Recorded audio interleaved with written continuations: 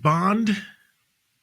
They made Amazon made its statement as to who this Bond will represent, who he will be, and good for them. What was said, Brian?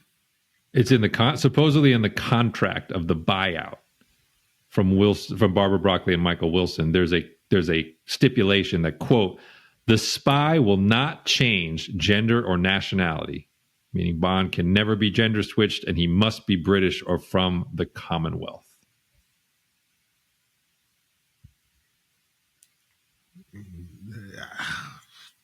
So no American, so American actors need not apply. In case you're wondering, yeah.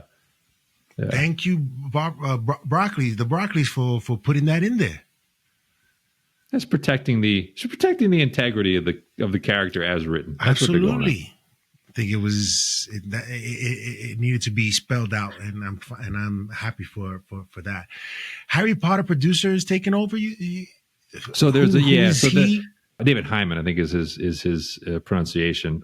So he was the producer of the entire Harry Potter series for Warner Brothers, and there's a rumor that he will be kind of the czar, right? He'll be the James Gunn, Peter Safran figure, or the Kevin Feige of Bond, and so that is a rumor that's going around. They may kind of give the keys to him, and that while we've heard they've reached out to Christopher Nolan as sort of their top choice, that their number two choice would be Alfonso Cuaron, who directed Harry Potter and the Prisoner of Azkaban, obviously has won multiple Oscars. Like, if he's your plan B, that's not bad. So they're aiming high in terms of artistic quality for directors. But so we have these two. We got Nolan 1 and Cuaron 2 as your leading contenders to direct the first Amazon Bond movie. So I don't hate that.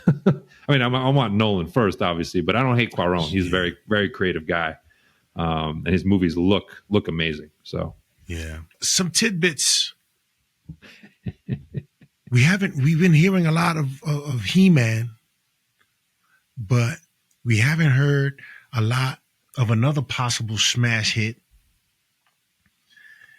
Voltron, which is filming. Has been filming for 2 months. I texted you. I said, this is inexcusable. Where are the sleuths? Yeah. They got that thing. Well, I think a lot of it has to do with them filming elsewhere, and perhaps not a lot of people having the ability to take some photos and leak them. And I'd say is a well-kept sort of secret in terms of how they're doing this, which is bravo to them.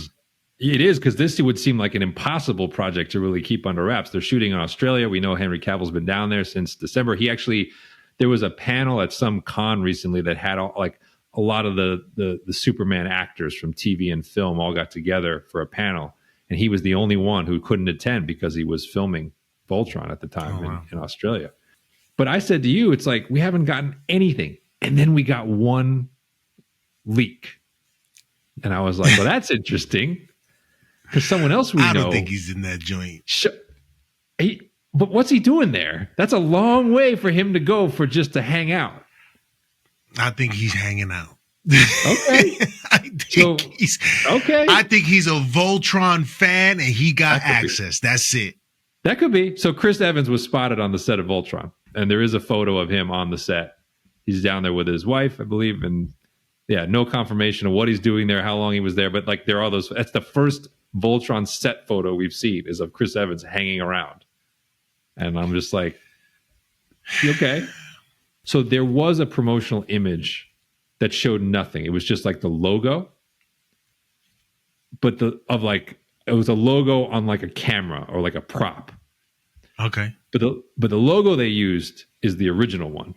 The original one from the 80s TV show, not any of the like Netflix incarnations or the later versions they did.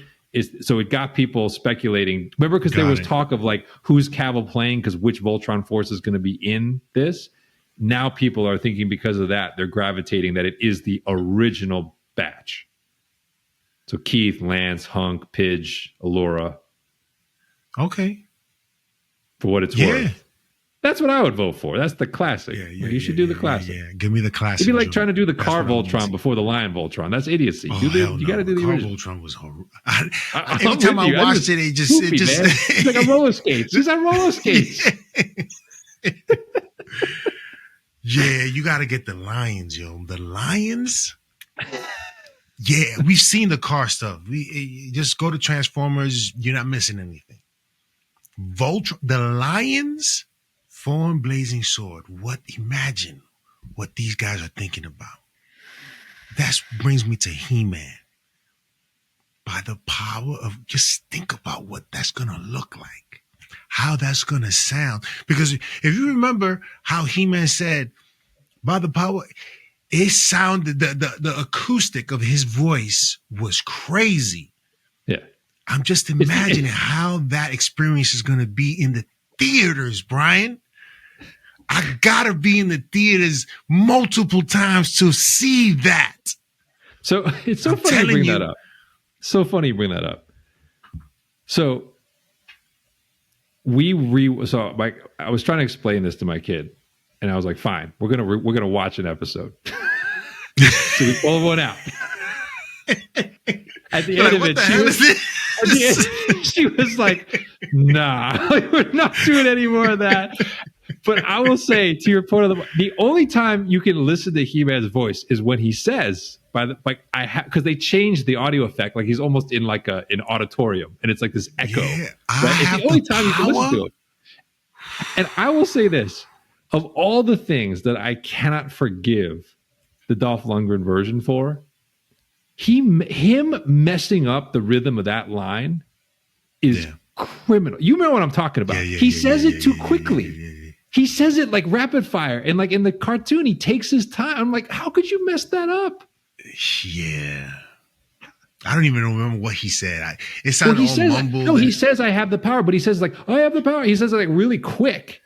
Whereas in the TV show, he pauses like, I have the power. Like they got to make that part right there. And then when he transforms Cringer, yo, that moment is worth the price of admission. Agreed. They cannot mess that up. That has to be a spectacle. My kid was also so out on Orco. That character, she's like, he's so annoying. She was just like, he's so annoying. Yeah. Has she watched Thundercats yet? No, I haven't shown her that one yet.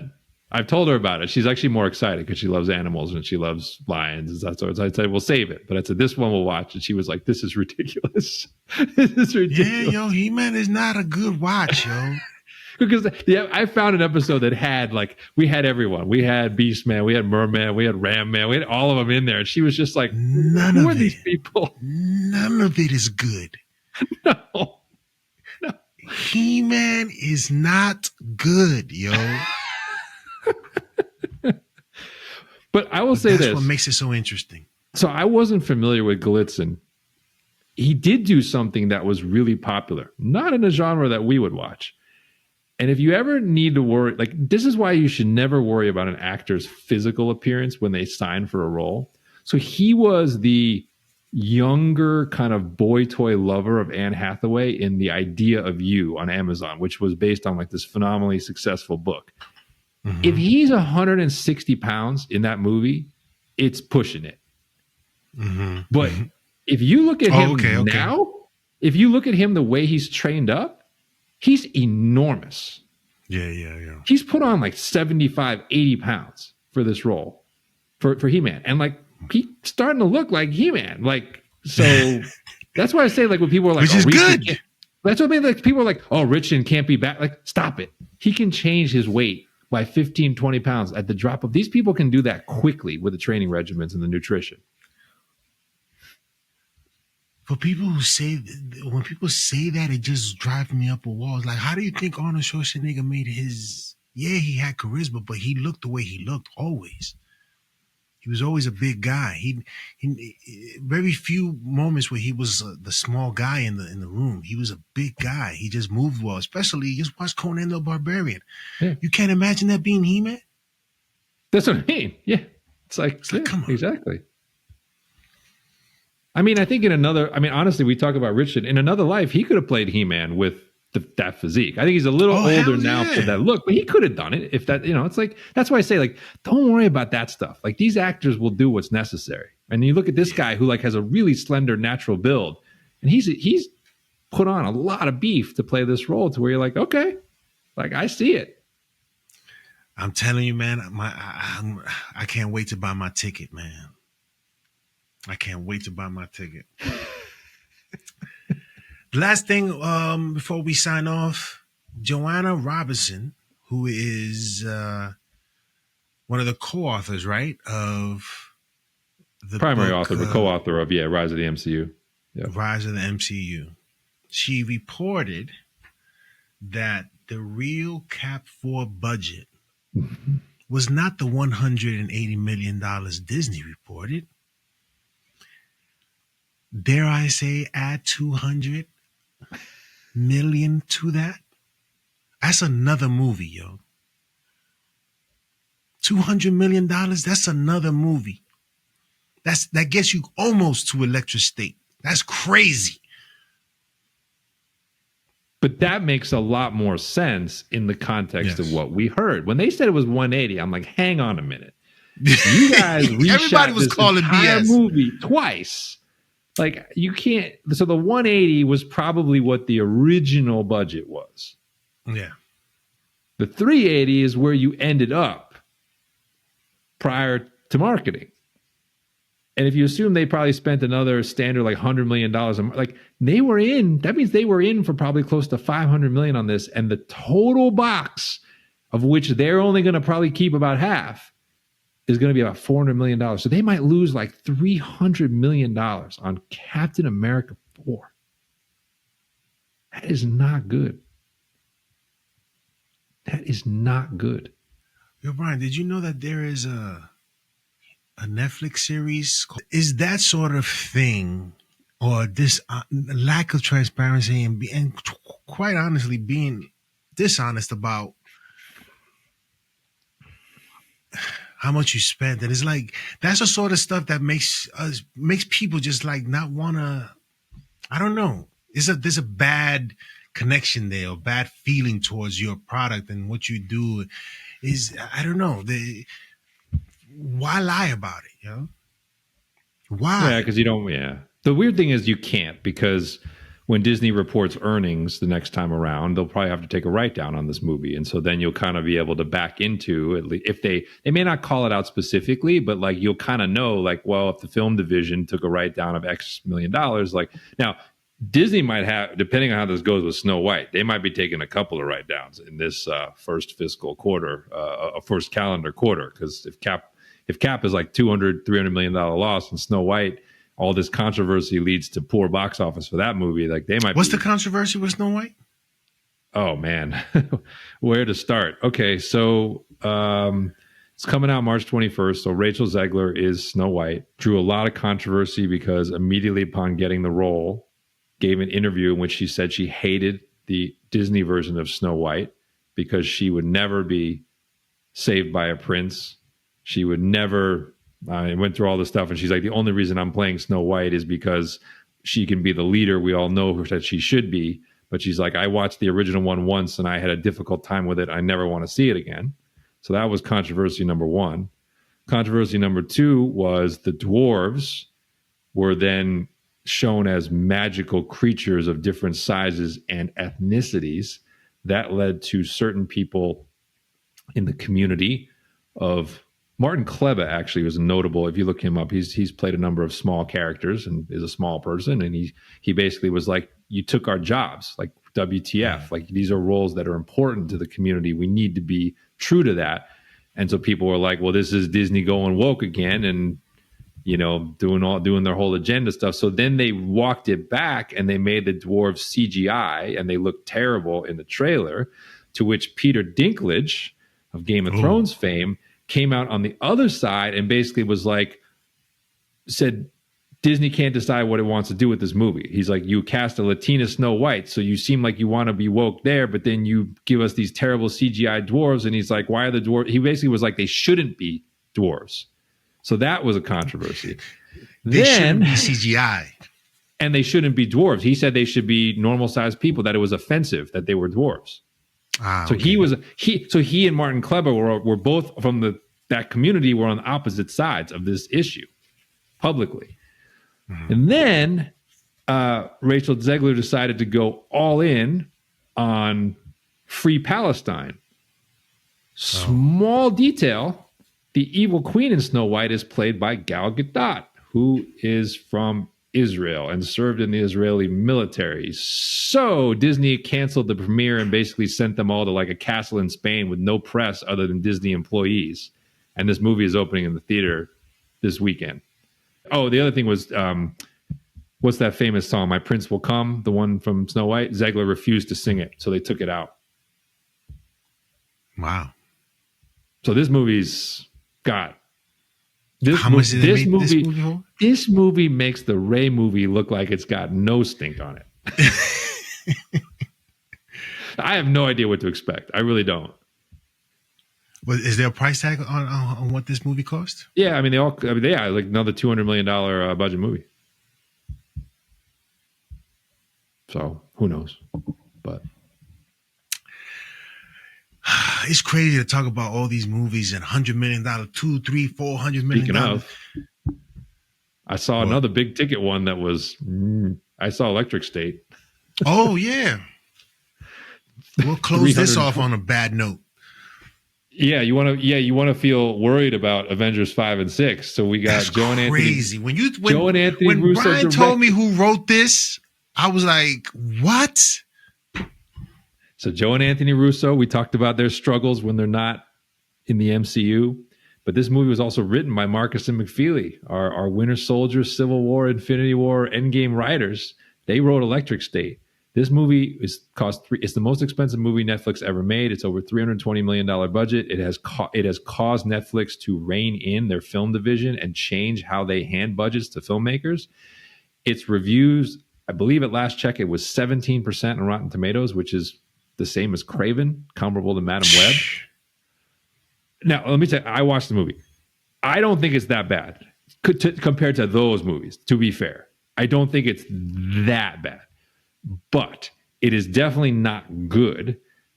It has some very mailed-in performances by some very talented people. So Millie Bobby Brown, Chris Pratt, Stanley Tucci, Ki-Hai Kwan, voice acting work by Giancarlo Esposito, Anthony Mackie. Like, this movie is like, these people are not interested in being there, and you can kind of hear it and see it, and it just is a mess is what I would describe. It's not horrible, but it's like a mess. And there's no point in this movie where you're like, I'm watching a $300 million movie. It feels much more like a movie I expect to see on the Sci-Fi Channel that's like riffing on another movie. You know how they like to do that?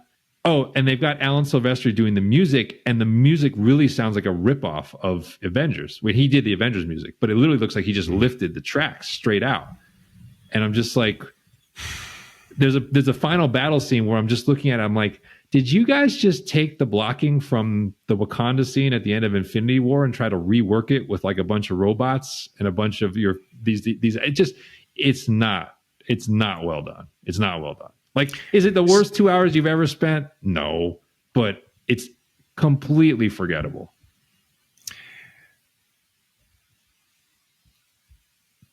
Do you blame it on poor direction? A lot of it on poor direction. Yeah, I do. Yeah, I do. I mean, I definitely think it's poor writing. So Marcus and McFeely, there's a lot of lines in here that are very predictable. They're delivered kind of wooden, and it's sort of like, I'm not getting anything out of this. Tucci in particular, who has a great voice, really dynamic guy. He literally looks like he's just like, are we done? Am I good? He's like, did my check clear? Like, he sounds so bored in his lines. And then, the direction, it's just like you're watching these like action set pieces with these big CGI like Mr. Peanut. And you're like, this isn't cool. Like, we're a long way from the elevator fight scene, a long way from the highway chase in Winter Soldier. So I don't know. $320 million. I'm like, I don't really, I know where the money went because you have all these CGI creations, but like, I don't really know where the money went from sort of a totality of the production perspective. Yeah, man. All this is scary territory. Because if you're Kevin Feige and you're seeing this, you're listening to this, you're reading this, everybody seems to be in consensus that this wasn't this movie was bad, perhaps not as bad as people are making out to seem, but still bad nonetheless. And it was written by the people that gave you their best and was really fruitful for the company, right? Obviously. Mm-hmm. That doesn't give you, it's hard to sleep at night if you're not taking some Benadryl, something to help you fall asleep. You know what I'm saying? Yeah. Because it's like, if you hear this, like, yo, these are the guys that gave us all of these fantastic things, and now they're doing all this other stuff, and it hasn't worked out. They've been spending crazy amounts of money, and it hasn't worked out. And you get the gang back together for this Electric State movie, and it's scary situation. It's scary territory. I'll be worried. If it was me, I'd be worried. Yeah, it doesn't breed confidence, especially when you know.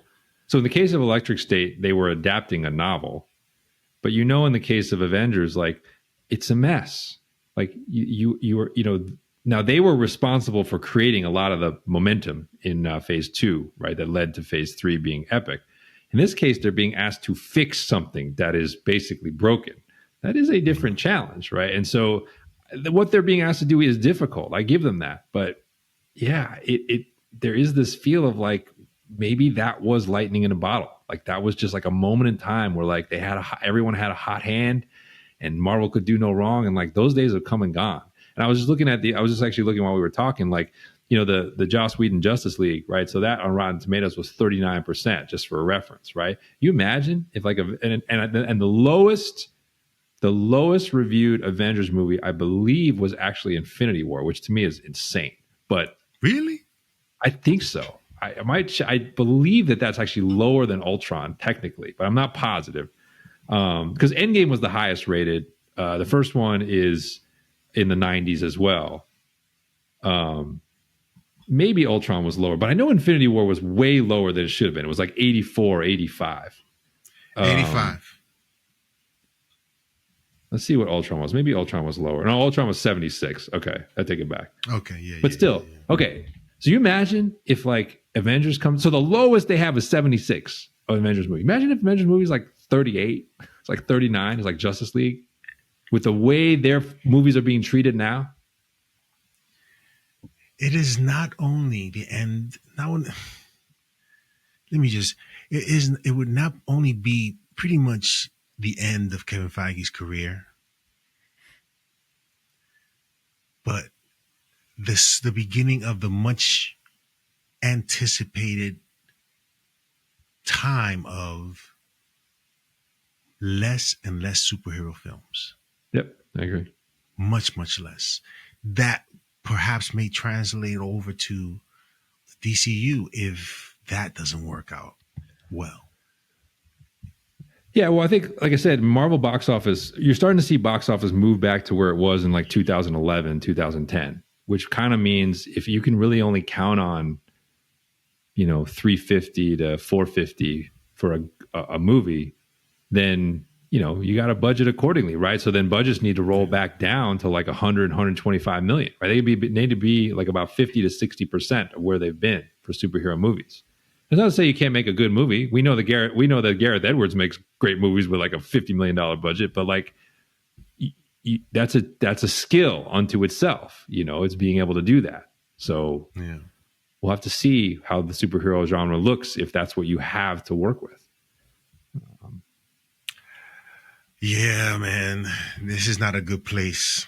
No, no. This thing is teetering, and like theaters are nervous because this has been a cash cow for 15 years. Even the bad, right? There was a period where even the bad ones, it's like, all right, it's a bad movie, but I know I'm getting a couple $100 million out. If you're the theater, I'm getting a couple $100 million out of these. And now it's like, people don't really want to show up.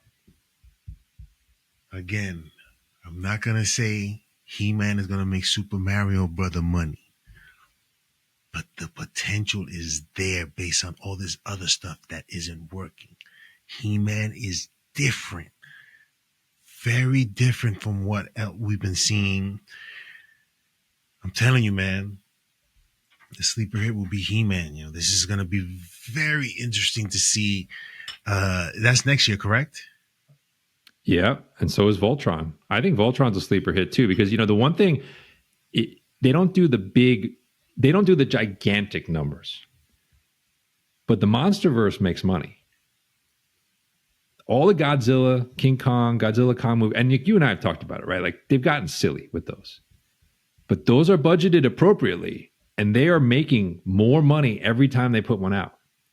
To me, Voltron done well is like the super version of that, right? It's like this spectacle of gigantic beasts and this incredible looking robot with swords and spades. Like there's a market for that. Like there definitely is a market for that. And so I feel like all of a sudden that's why I say you look at Amazon, you're like, wait a minute. So they got He-Man and they got Voltron and they got Bond and they're circling DC just waiting. I'm like, they smelled the blood in the water already, boy. They're just waiting. And like they're not perfect, right? Like Rings of Power has been kind of an uneven deal, but like you can see them learning. You can see them learning, right? You can see like Invincible, The Boys, like as they go, you're like, whoever's in those rooms they're not stupid. Like they're making mistakes and then they learn from them and they do something different. And then they're like, all right, we need key IP here, but we need a variety. We can't just be all superhero. Experimenting. Yeah. They experiment and they have the money to experiment with it, but not necessarily just blow it, but to learn and get better. So like look at Reacher, right? Like that show could go for 15 seasons if he wants to do it. There's 30 books. Like, wow. And that show's not losing anything in season 3. Bigger audience. I actually like 3 better than 2. I think season 1's still my favorite, but I'm enjoying 3 better than 2. It's Amazon, another Amazon show. Yeah, let us know in the comment section below what you guys think of everything that we've discussed. There's been a lot to go over, but a lot of interesting things happening. A lot of rumors, a lot of definitive moves when it comes to Bond, when it comes to Punisher. It seems that people know what it is. Those people seem to know what it is that they want. And right now there's a lot of uncertainty as well with the superhero genre too, because of this Avengers thing, man. Dare I say it doesn't make $2 billion or at least 1.5 almost. My numbers is coming down lower and lower. The closer we get to this, the more announcements, the more news that we get from this, the number keeps coming down because we just don't believe it anymore. We don't believe it in it anymore. We'll see. Let's see. But yeah, let us know in the comment section below what you guys think, and we'll see you next time on the Nerd Gen Report.